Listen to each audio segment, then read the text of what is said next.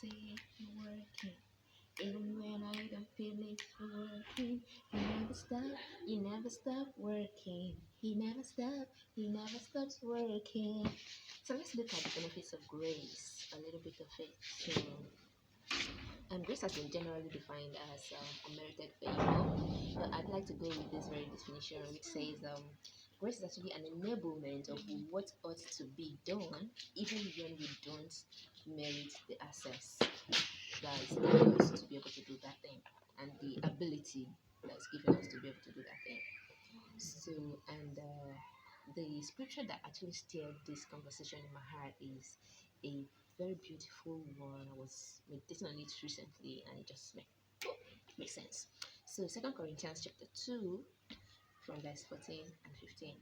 So, I read from the Passion Translation, which says that um, God always makes His grace visible in Christ, who includes us as partners of His endless triumph through our yielded lives. He spread the fragrance of the knowledge of God everywhere we go. We have become the unmistakable aroma of the victory of the anointed one of God, the anointed one of God, a perfume of life to those being saved, and odor of death to those who are perishing.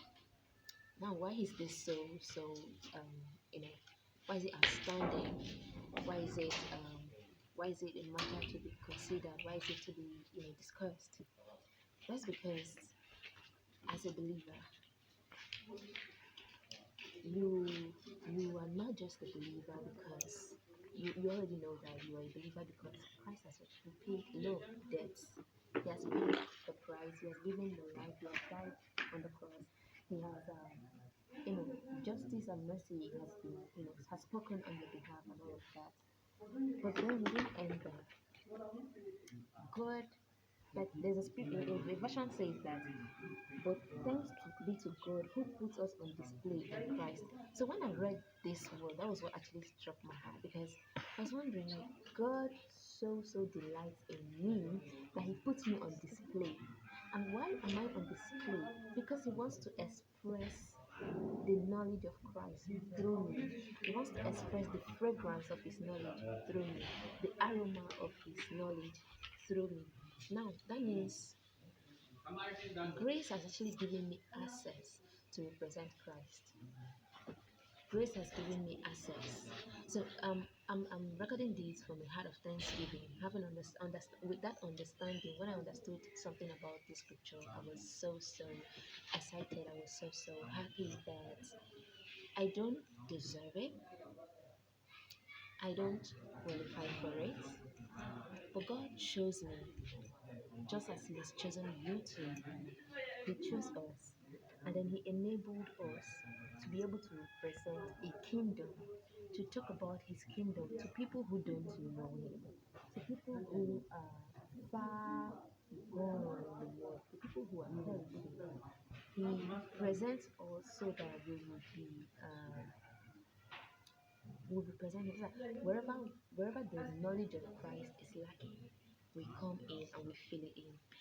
When the Bible says that the knowledge of Christ will spread abroad, will fill the whole earth, it's not just going to fill the whole earth with no human being used as vessels. It's you and I who have said that we have, who said that we have received Jesus into our life, who said that we are dedicated to Jesus, that He wants to use. So God has chosen you because He's interested in using you to tell the world about the sweetness, about the fellowship of Jesus. So the question and the challenge I'm poking at you this moment, or I'm leaving you with this moment, is that you who have received grace, you who grace has abounded for, what are you doing with it? Grace is so beneficial. Grace has so much in store. Grace has so much to offer. Grace Grace gives you access to the spiritual world.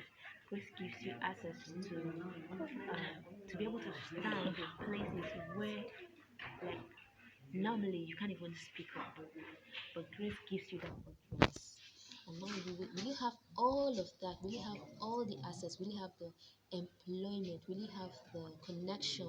Will you have the group of followers? And yet you will not talk about grace.